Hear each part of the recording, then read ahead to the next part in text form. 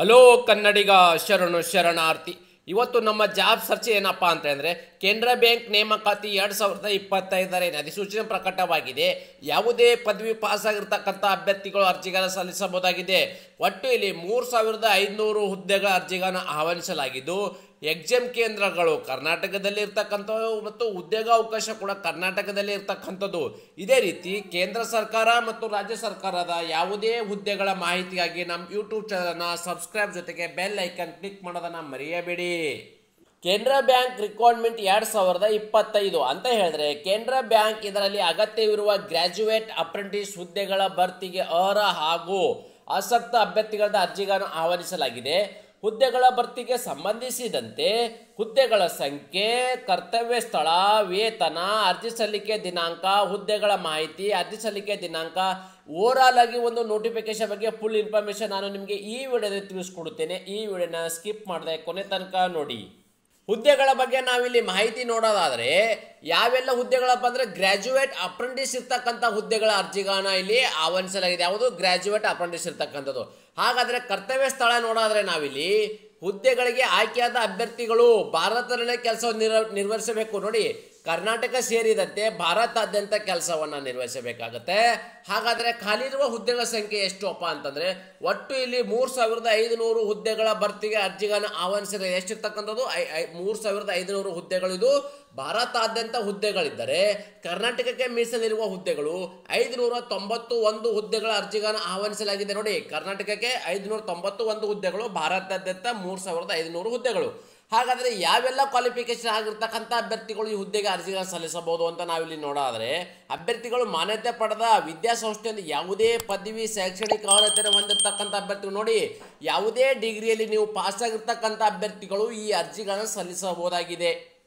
ವಯೋಮಿತಿ ಬಗ್ಗೆ ನಾವಿಲ್ಲಿ ಮಾಹಿತಿ ನೋಡೋದ್ರೆ ದಿನಾಂಕ 1 ಸೆಪ್ಟೆಂಬರ್ 2025ಕ್ಕೆ ಅನ್ವಯವಾಗುವಂತೆ ಮಿನಿಮಮ್ ಅವರು 20 ವರ್ಷ ಇರಬೇಕು, ಮ್ಯಾಕ್ಸಿಮಮ್ 28 ವರ್ಷ. ನೋಡಿ, ಮಿನಿಮಮ್ 20ರಿಂದ 28 ವರ್ಷ ಒಳಗಡೆ ಇರ್ತಕ್ಕಂಥ ಅಭ್ಯರ್ಥಿಗಳು ಅರ್ಜಿಗೆ ಸಲ್ಲಿಸಬಹುದಾಗಿದೆ.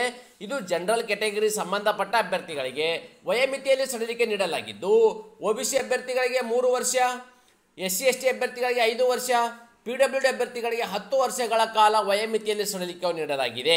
ಹಾಗಾದರೆ ಆಯ್ಕೆ ವಿಧಾನ ಹೇಗೆ ಮಾಡ್ತಾರಪ್ಪ ಅಂದರೆ ಅಪ್ಲಿಕೇಶನ್ ಹಾಕಿರ್ತಕ್ಕಂಥ ಅಭ್ಯರ್ಥಿಗಳನ್ನ ಸೆಲೆಕ್ಷನ್ ಪ್ರೊಸೆಸ್ ಹೇಗೆ ಮಾಡ್ತಾರಪ್ಪ ಅಂದರೆ ಮೊದಲನೇದಾಗಿ ಒಂದು ಇಲ್ಲಿ ಮೆರಿಟ್ ಲಿಸ್ಟ್ ಸಿದ್ಧಪಡಿಸಲಾಗುವುದು. ಇದಾದ ನಂತರ ದಾಖಲೆ ಪರಿಶೀಲನೆ ಮತ್ತು ಸ್ಥಳೀಯ ಭಾಷೆ. ನೋಡಿ, ಮೊದಲನೇದಾಗಿ ಇಲ್ಲಿ ಯಾವುದೇ ರೀತಿಯ ನಿಮಗೆ ಎಕ್ಸಾಮ್ ಇರೋದಿಲ್ಲ. ಡೈರೆಕ್ಟಾಗಿ ನೀವೇನು ಡಿಗ್ರಿಯಲ್ಲಿ ಗಳಿಸಿರ್ತ ಅಂಕಗಳ ಆಧಾರದ ಮೇಲೆ ಇಲ್ಲಿ ಮೆರಿಟ್ ಲಿಸ್ಟ್ ಸಿದ್ಧಪಡಿಸಲಾಗುವುದು. ಆ ಮೆರಿಟ್ ಲಿಸ್ಟಲ್ಲಿ ಕ್ವಾಲಿಫೈ ಆಗಿರ್ತಕ್ಕಂಥ ಅಭ್ಯರ್ಥಿಗಳನ್ನ ದಾಖಲೆ ಪರಿಶೀಲನೆ ಅಂದರೆ ಡಾಕ್ಯುಮೆಂಟ್ ವೆರಿಫಿಕೇಶನ್ ಮಾಡಿ ಸ್ಥಳೀಯ ಭಾಷೆಯ ಒಂದು ಪರೀಕ್ಷೆ ನಡೆಸಿ ಅಭ್ಯರ್ಥಿಗಳ ನೇಮಕಾತಿ ಮಾಡಲಾಗುವುದು.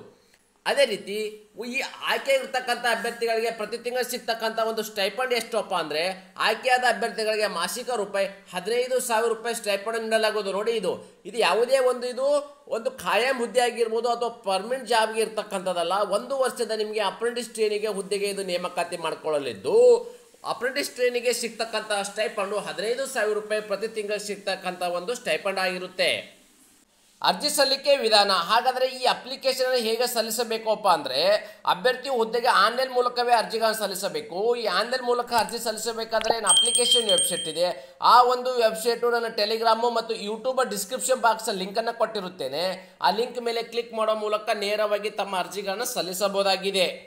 ಅರ್ಜಿಯ ಶುಲ್ಕ. ಹಾಗಾದರೆ ಅಪ್ಲಿಕೇಶನ್ ಹಾಕ್ತಕ್ಕಂಥ ಅಭ್ಯರ್ಥಿಗಳಿಗೆ ಒಂದು ಅರ್ಜಿ ಶುಲ್ಕ ಬಗ್ಗೆ ನಾವಿಲ್ಲಿ ಮಾಹಿತಿ ನೋಡೋದಾದ್ರೆ ಪರಿಶಿಷ್ಟ ಜಾತಿ, ಪರಿಶಿಷ್ಟ ಪಂಗಡ, PWD ಅಂದರೆ SC/ST PWD ಅಭ್ಯರ್ಥಿಗಳಿಗೆ ಯಾವುದೇ ಅರ್ಜಿ ಶುಲ್ಕ ಇರುವುದಿಲ್ಲ. ಅಂದರೆ ಈ ಅಭ್ಯರ್ಥಿಗಳಿಗೆ ಅರ್ಜಿ ಶುಲ್ಕದಿಂದ ವಿನಾಯಿತಿಯನ್ನು ನೀಡಲಾಗಿದ್ದು ಉಳಿದೆಲ್ಲ ಅಭ್ಯರ್ಥಿಗಳಿಗೆ 500 ರೂಪಾಯಿ ಅರ್ಜಿ ಶುಲ್ಕವಿದೆ. ಹಾಗಾದರೆ ಈ 500 ರೂಪಾಯಿ ಅರ್ಜಿ ಶುಲ್ಕ ಯಾರಿಗಪ್ಪ ಅಂದರೆ OBC ಮತ್ತು ಜನರಲ್ ಕ್ಯಾಟಗರಿ ಸಂಬಂಧಪಟ್ಟ ಅಭ್ಯರ್ಥಿಗಳಿಗೆ 500 ರೂಪಾಯಿ ಅರ್ಜಿ ಶುಲ್ಕವನ್ನು ಪಾವತಿ ಮಾಡಬೇಕಾಗತ್ತೆ.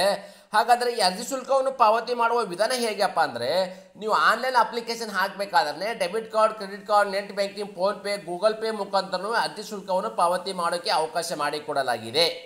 ಅರ್ಜಿ ಸಲ್ಲಿಸಲು ನಿಗದಿಪಡಿಸಿದ ದಿನಾಂಕದ ವಿವರವನ್ನು ನಾವಿಲ್ಲಿ ನೋಡೋದಾದ್ರೆ ಅರ್ಜಿ ಸಲ್ಲಿಕೆ ಪ್ರಾರಂಭ ದಿನಾಂಕ ಸೆಪ್ಟೆಂಬರ್ 23, 2025 ಪ್ರಾರಂಭವಾಗಿದ್ದು ಅರ್ಜಿ ಸಲ್ಲಿಸಲು ಕೊನೆಯ ದಿನಾಂಕ ಅಕ್ಟೋಬರ್ 12, 2025 ಇಷ್ಟು ಒಳಗಡೆ ತಮ್ಮ ಅರ್ಜಿಗಳನ್ನು ಸಲ್ಲಿಸಬೇಕು. ಈ ಒಂದು ನೋಟಿಫಿಕೇಶನ್ ನಿಮ್ಗೆ ಯಾವುದಾದ್ರೂ ಸಂದೇಹ ಡೌಟ್ ಇದ್ದಲ್ಲಿ ನಮ್ಮನ್ನು ಕಮೆಂಟ್ಸ್ ಮುಖಾಂತರ ನೀವು ಸಂಪರ್ಕಿಸಬಹುದಾಗಿದೆ. ಅದೇ ರೀತಿ ನಾವು ಕೊಟ್ಟಿರುವ ಉದ್ಯೋಗ ಮಾಹಿತಿ ನೀವು ಇಷ್ಟಪಡುತ್ತೀರಿ ಎಂದು ಭಾವಿಸುತ್ತೇನೆ. ಈ ಉದ್ಯೋಗ ಮಾಹಿತಿ ನಿಮಗೆ ಇಷ್ಟವಾದರೆ ನಿಮ್ಮ ಫ್ಯಾಮಿಲಿಗೂ ಫ್ರೆಂಡ್ಸ್ಗೂ ಶೇರ್ ಮಾಡೋ ಮೂಲಕ ಹೆಲ್ಪ್ ಮಾಡಿ. ನ್ಯೂ ಜಾಬ್ ಕನ್ನಡ ತಪ್ಪದೆ ಒಂದು ಲೈಕ್ ಕೊಡಿ.